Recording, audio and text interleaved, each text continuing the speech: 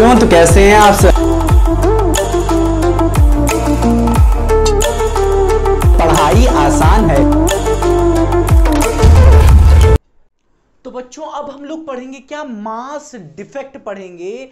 मास क्या पढ़ेंगे, mass defect पढ़ेंगे और बाइंडिंग एनर्जी पढ़ेंगे।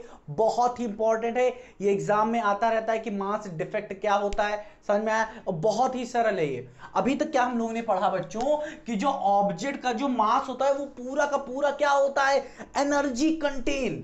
ठीक है, amount of energy contain by any body. समझ में आएगी ना, एनर्जी कंटेन बाई बॉडी या ऑब्जेक्ट ले लीजिए, कुछ भी ले लीजिए।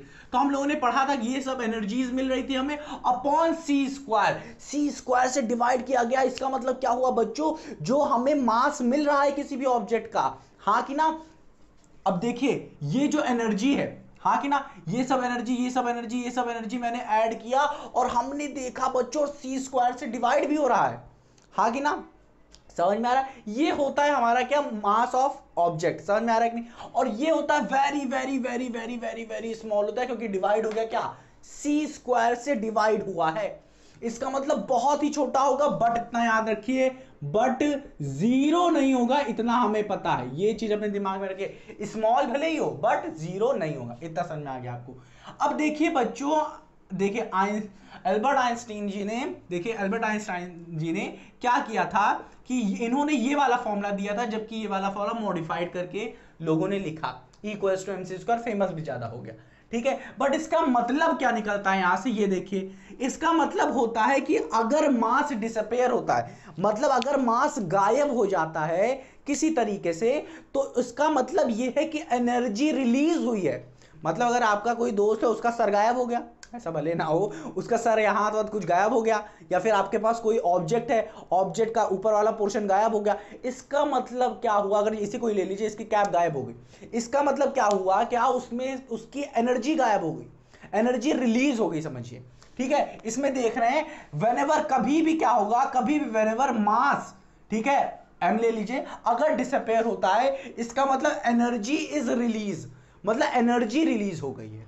इतना समझ में आया? हम हैं, ठीक है, सर्वर गायब हो जाए इसका मतलब क्या हुआ, हाथ हाथ गायब हो जाए इसका मतलब क्या हुआ, कोई और इंसान उसका गायब हो जाए तो क्या होगा, इसका मतलब एनर्जी रिलीज हो गई है भाई साहब। मतलब अगर कभी भी व्हेनेवर मास इज डिसअपेयर, कभी मास गायब हो जाए, इसका मतलब क्या है, एनर्जी रिलीज हो गई है। इतना समझिए आप, ठीक है।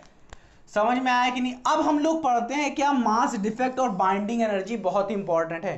मास डिफेक्ट क्या होता है बच्चों, मास डिफेक्ट मतलब कुछ मास गायब हो जाएगा, कुछ मास चला जाएगा, वही हम लोग यहां पे देखेंगे।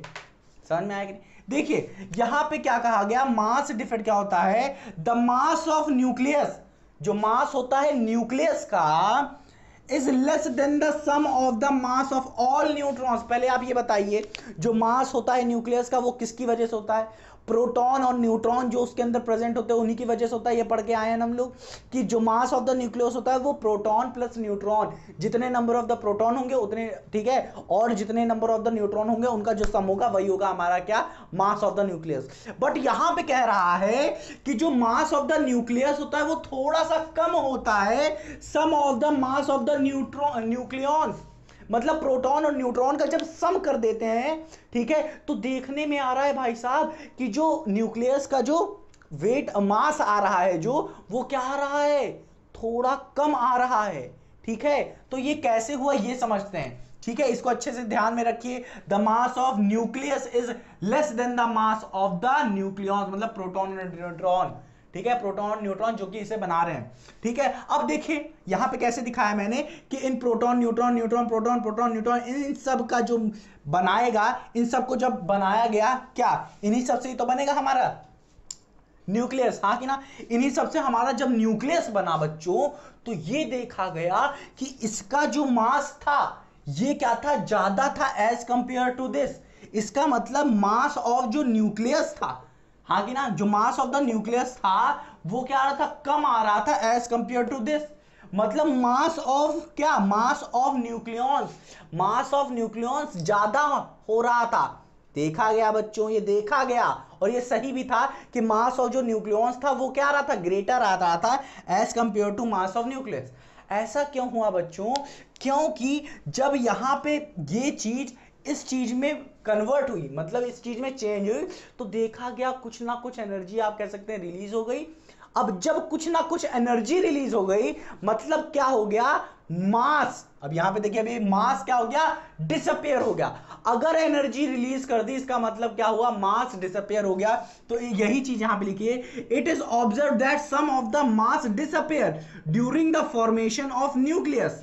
मतलब इसमें देखा गया कुछ ना कुछ क्या होगा, मास डिसअपियर कर जाता है, गायब हो जाता है, in the form of energy, energy के फॉर्म में रिलीज हो जाता है।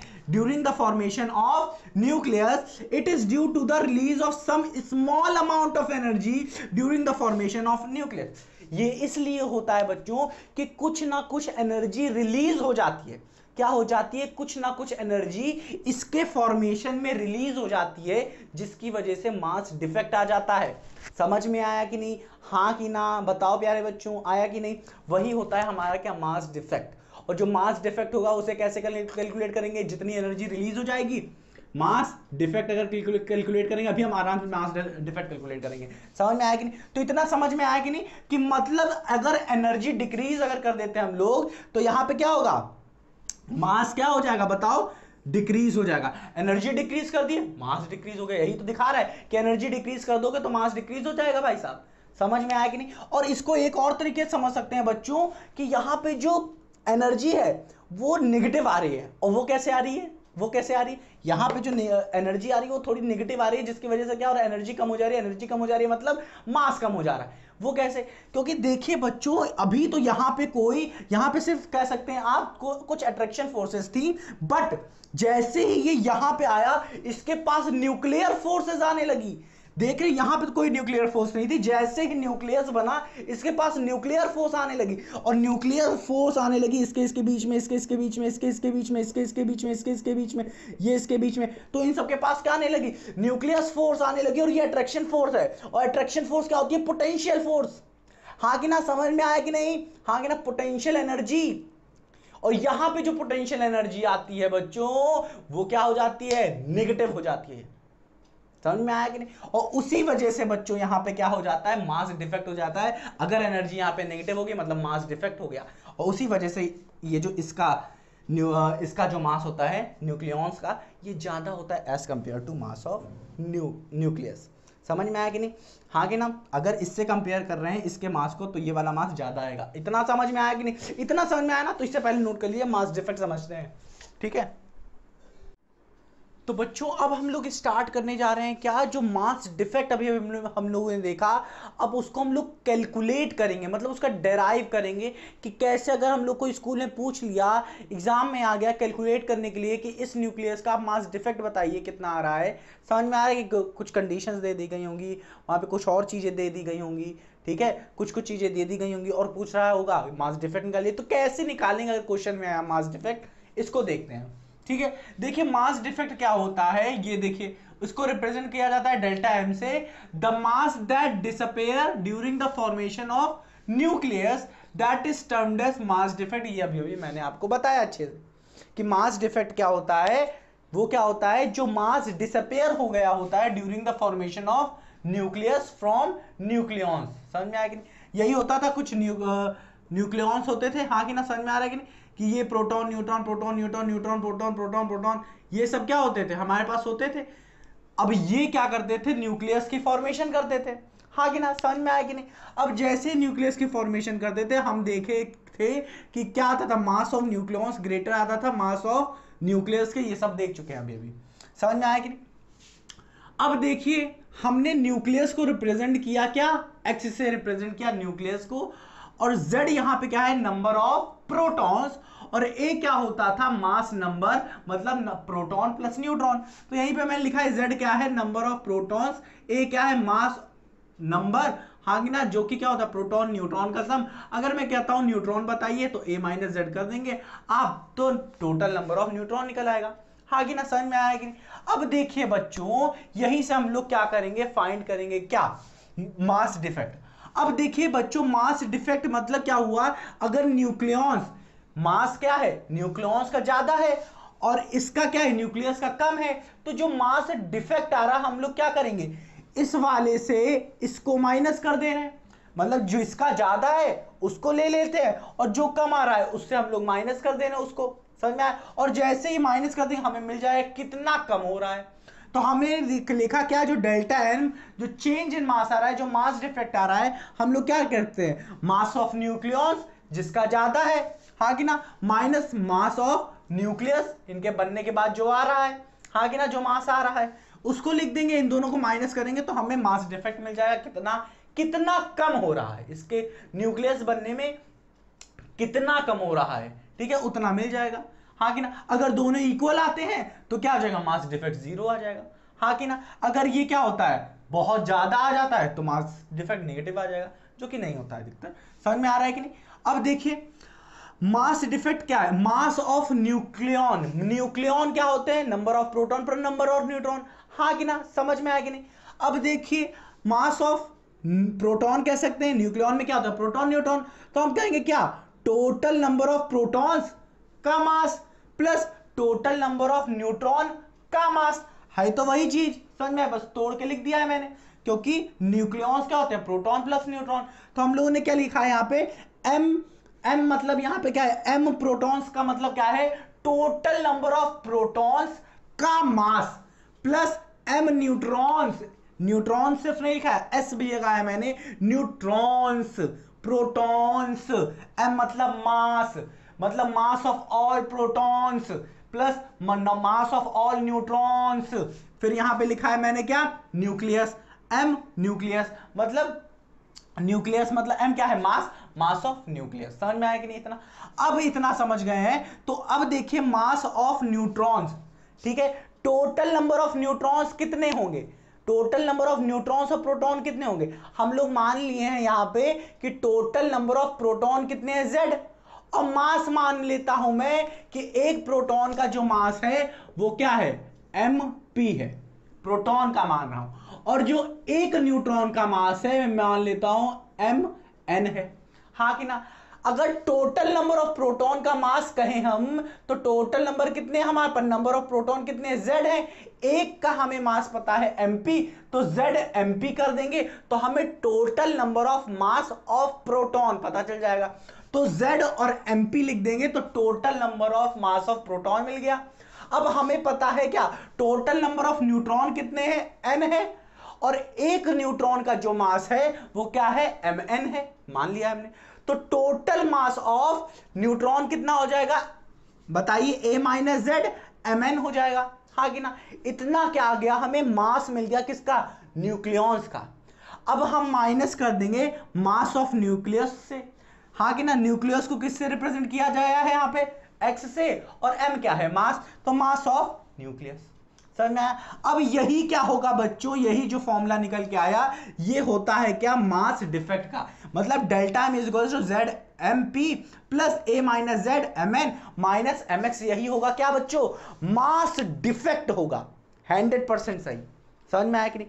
अब बच्चों हमें पता है क्या कि जब भी मास डिसअपेयर होगा, यहीं पे डेल्टा एम क्या दिखा रहा है कि मास डिफेक्ट दिखा रहा है, और जब भी मास डिफेक्ट होता है मतलब मास डिसअपेयर होता है तो हमने क्या पढ़ के रखा है कि एनर्जी रिलीज होगी, क्या होगी, एनर्जी रिलीज होगी। ये मैंने पढ़ के बताया, दिखाया है, क्या दिखाया, E equals to MC square जो था वो क्या कहता था कि जब भी मास डिसअपेयर होगा तो एनर्जी क्या होगी, रिलीज होगी। तो ये एनर्जी जो रिलीज हुई इसकी तो वैल्यू बताइए आप, इसकी तो वैल्यू बताइए। तो हम लोग क्या करेंगे, इसी फॉर्मूले से निकालेंगे। हमें पता है क्या कि चेंज इन मास जब होगा इक्वल्स टू MC स्क्वायर से, कि जब भी चेंज इन मास होगा तो कुछ एनर्जी रिलीज होगी, हाँ कि ना। तो चेंज इन M मतलब डेल्टा चेंज इन एनर्जी, हाँ कि ना, क्यों क्या लिख सकते हैं, डेल्टा एम सी स्क्वायर। अब चेंज इन एम मतलब चेंज इन मास अभी हम लोगों ने निकाला ये है, तो इसी की वैल्यू को चेंज इन एम रख देंगे, और जैसे इसको रखेंगे हमें चेंज एनर्जी रिलीज मिल जाएगी, हाँ कि ना, कितनी एनर्जी रिलीज हुई है। और इसी एनर्जी को क्या कहते हैं, डेल्टा एम को बाइंडिंग एनर्जी कहते हैं, क्या कहते हैं, बाइंडिंग एनर्जी कहते हैं। और ये जो एनर्जी हुई है, रिलीज हुई है, इसको कैसे कहेंगे, the amount of energy release during the formation of nucleus from nucleon, हाँ कि ना, समझ में आया कि नहीं।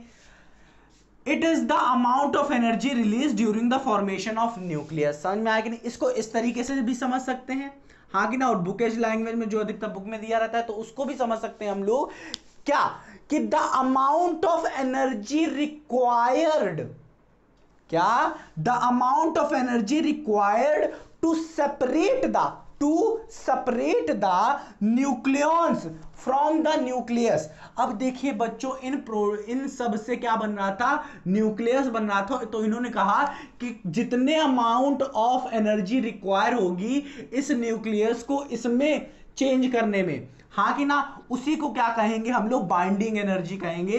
It is the amount of energy required to separate, यहां पे जितने भी प्रोटॉन न्यूट्रॉन होंगे इन लोग को सेपरेट कर दिया जाए। जो एनर्जी रिक्वायर होगी इन सब न्यूट्रॉन प्रोटॉन को सेपरेट करने में, ठीक है, समझ में आ रहा है कि नहीं, वही एनर्जी क्या होगी हमारी बच्चों, क्या बाइंडिंग एनर्जी होगी। It is the amount of energy required to separate all the nucleons, जितने भी न्यूक्लियस होते हैं न्यूक्लियस में सबको सेपरेट कर दिया जाए, तो उतनी एनर्जी जितनी रिक्वायर होती है इन सबको सेपरेट करने के लिए, उसे कहा जाता है क्या, बाइंडिंग एनर्जी।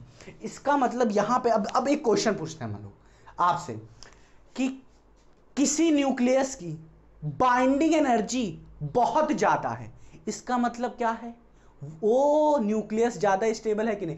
मान लेते हैं अगर किसी घर को गिराने में 10 बुलडोजर लग रहे हैं, ठीक है, हाँ कि ना, सेम आइडेंटिकल है, ठीक है, सेम आइडेंटिकल है, ठीक है, एक को 10 लग रहे हैं बुलडोजर और एक को एक ही बुलडोजर में गिर जा रहा है, मतलब समय भी उतना ही लग रहा है, ठीक है, और क्या हो रहा है, एक को धक्का दे दिया जा रहा है, जरा सा वो गिर जा रहा है। इसका मतलब क्या हुआ कि उसके पास क्या, वो जल्दी गिर जा रहा है, इसका मतलब क्या, इसका मतलब क्या कि वो कमजोर है, हाँ कि ना, वो अनस्टेबल है, हाँ कि ना, और जो बहुत देर में गिर रहा है इसका मतलब वो स्टेबल है। तो इसीलिए यहां पे हम लोग इस एग्जांपल थोड़ा ऐसे से हो गया, बट यहां पे आप समझ लीजिए क्या कि जो बाइंडिंग एनर्जी है, अगर किसी के न्यूक्लियस को तोड़ने के लिए एनर्जी ज्यादा रिक्वायर है, इसका मतलब क्या हुआ कि वो ज्यादा स्टेबल है। अगर किसी को पुचुक से एनर्जी दे रहे हो और वो टूट जा रहा है, इसका मतलब क्या, वो अनस्टेबल है। समझ में आया कि नहीं, ये चीज समझ में आएगी पूरी कि नहीं।